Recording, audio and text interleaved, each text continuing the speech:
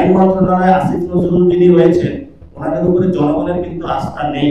সংস্কারিত সংবিধান অর্থাৎ আগামী ফেব্রুয়ারিতে যদি ইলেকশন হয়, সেই ইলেকশনের মধ্য দিয়ে রিফর্ম অ্যাসেম্বলি যখন রিফর্ম কনস্টিটিউশনটা প্রেজেন্ট করবে, সেই কনস্টিটিউশনের অধীনে যারা জুডিশিয়ারি রয়েছে তারা সকলে সাংবিধানিক পদের জন্য নতুন করে শপথ গ্রহণ করতে হবে, যাতে এই জিনিসটা আরো দৃঢ় হয়। যেহেতু আমরা রিফর্ম কনস্টিটিউশন পাবো 2026, সেই কনস্টিটিউশনের অধীনে যারা জুডিশিয়ারি রয়েছে তাদের এটাতে ওথ বা শপথ নিতে হবে। কারণ তারা যদি এটাতে ওথ বা শপথ না নেন, তাহলে ভবিষ্যতে এটা একটা হুমকির জায়গাতে পড়তে পারে। সেই জন্য আমরা সরকারের কাছে এই 6 দফা যে দাবি সেটা দিয়েছিলাম, এবং এই দাবির মধ্যে অনেকাংশে কিছু দাবি বাস্তবায়নের আমরা দেখতে পাচ্ছি। কিন্তু আমরা বিলটা যখন জনগণের সামনে স্পষ্ট হবে, তবে সেখানে আমরা বলে থাকি যে কনসেনসাস কমিশনে এই বিলটা ড্রাফট আকারে জনগণের সামনে হাজির করতে হবে।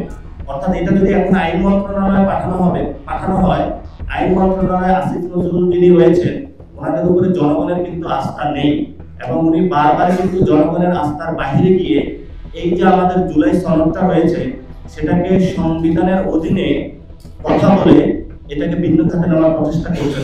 গণ অভ্যুত্থানকে ভিত্তিমূল না ধরে উনি জনগণের যে ঐতিহাসিক বহিঃপ্রকাশ সেটাকে পাশ কাটিয়ে ভিন্ন খাতে প্রবাহিত করার চেষ্টা করবেন বলে আমাদের একটা আশঙ্কা রয়েছে। সেই জন্য ডক্টর ইউনূসের অধীনে যে কনসেনসাস কমিশন রয়েছে বা জাতীয় ঐক্যমত কমিশন, এই কমিশনে বিলটা অথবা আদেশটা জনগণের সামনে ড্রাফট আকারে হাজির করতে হবে। ড্রাফট আকারে যখন হাজির করবে, তখনই আমরা এটা দেখে এনসিপি স্বাক্ষরের উদ্যোগ নেবে। আমরা যে 6 নম্বর ধাপটা বলেছি, সেটাতে বলেছি এই 2026 সালে যে সংস্কৃত সংবিধান, সেই সংবিধানকে সংশোধনী আকারে বলা যাবে না।